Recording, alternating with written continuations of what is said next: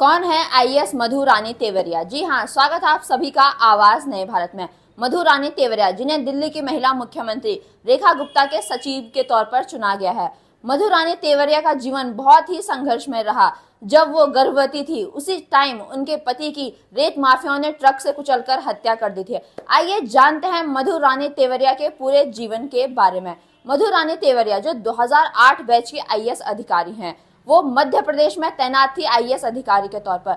उसी समय उनके पति नरेंद्र कुमार सिंह भी वहां अधिकारी के तौर पर तैनात थे। जिस दौरान ये घटना हुई उस समय आईएएस मधु रानी तेवरिया गर्भवती थी। उनके पति की हत्या के कुछ ही दिनों बाद 20 मार्च को उन्होंने एक बच्चे को जन्म दिया दिल्ली के राम मनोहर लोहिया अस्पताल में।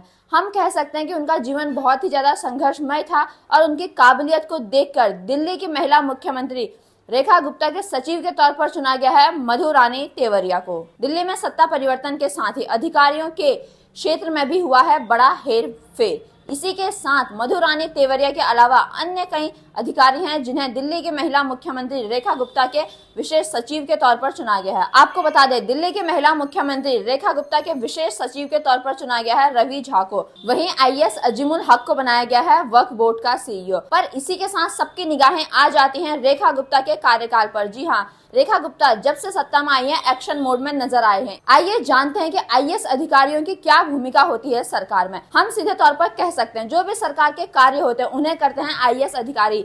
जी हाँ, आपने सही सुना। हमारे देश में जो सरकार होती है उसे कहते हैं कार्यपालिका। कार्यपालिका दो प्रकार की होती है, एक होती है अस्थायी कार्यपालिका, एक होती है स्थायी कार्यपालिका। स्थायी कार्यपालिका में आते हैं आईएएस अधिकारी, आपके आईपीएस अधिकारी और अन्य सेवा के अधिकारी। इसी के साथ अस्थायी जो कि जिनका कार्यकाल हम कह सकते हैं कि फिक्स नहीं होता, उसमें आते हैं सरकार, जैसे दिल्ली के महिला मुख्यमंत्री को ले सकते हैं। ये भी कार्यपालिका में है पर ये अस्थायी है क्योंकि इनका टाइम हमें नहीं पता है कब तक सत्ता में रहेंगे। ये 5 साल तक भी रह सकते हैं या बहुमत खोने पर 5 साल से पहले भी इनकी सरकार गिर सकती है। इसके अंतर्गत आते हैं अस्थायी कार्यपालिका। वहीं आईएएस अधिकारी जो असली तौर पर पीछे रहकर बुनियादी तौर पर सरकार को चलाने का काम करते हैं वह होते हैं स्थायी कार्यपालिका। यानी कि आपके आईएएस अधिकारी और आईपीएस अधिकारी जो भी सरकार के कार्य होते हैं, चाहे सरकार सदन में बहस करती है या कोई बिल पेश होता है या सरकार जनता के लिए क्या कार्य करेगी, जनता के कौन से तबके के लिए कौन से कानून का निर्माण किया जाएगा, कौन से योजना का निर्माण किया जाएगा, कहां तक कितनी योजना साकार हुई है, ये सब कार्य किया जाता है आईएएस अधिकारियों के द्वारा या आईपीएस अधिकारियों के द्वारा। स्थायी कार्यपालिका, आप इस बात को ध्यान से समझिए। अस्थायी कार्यपालिका यानी कि जो सरकार होती है वो बनाती है कानूनों को, पर उन कानूनों का जो ड्राफ्ट होता है कि कौन सा कानून बनना चाहिए, क्या डाटा है, वो सब अगर कोई मुहैया कराता है सरकार को तो वो कराते हैं पढ़े लिखे आपके जो कि एक प्रेस्टिजियस एग्जाम को पास करके बने होते हैं आईएएस अधिकारी।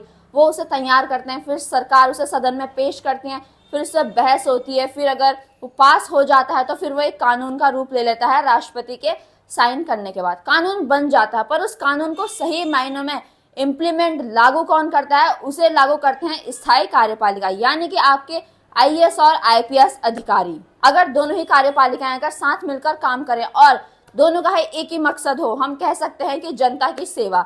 जनता की सेवा का मेन कार्य आ जाता है जनता के द्वारा चुने हुए प्रतिनिधियों के द्वारा, यानी कि आपकी सरकार, यानी कि रेखा गुप्ता की सरकार जो दिल्ली में है उनके द्वारा कार्य किया जाता है, उनके द्वारा कानूनों का निर्माण किया जाएगा, पर उनको इम्प्लीमेंट करेंगे धरातल पर कौन, आपके आईएएस और आईपीएस अधिकारी। उन्हें कहते हैं स्थायी कार्यपालिका। आज आपने जाना कि आईएएस और आईपीएस अधिकारियों की क्या भूमिका होती है सरकार में। हम कह सकते हैं कि तभी तो उनको नाम दिया गया है स्टील फ्रेम ऑफ इंडिया। वो पीछे रहकर काम करते हैं पर देश को बुनियादी तौर पर अगर कोई चलाता है, सरकार के द्वारा बनाए गए कानूनों का कोई इम्प्लीमेंट करता है, देश के दूर दराज जिलों में आपने सुना होगा इन आईएएस अधिकारियों ने किया ये बड़ा कार्य है। तो ये बहुत ही महत्वपूर्ण पद है। एक आईएएस आईपीएस अधिकारी चाहे तो देश के किसी राज्य जिले की तस्वीर बदल सकते हैं अपने कार्यों से।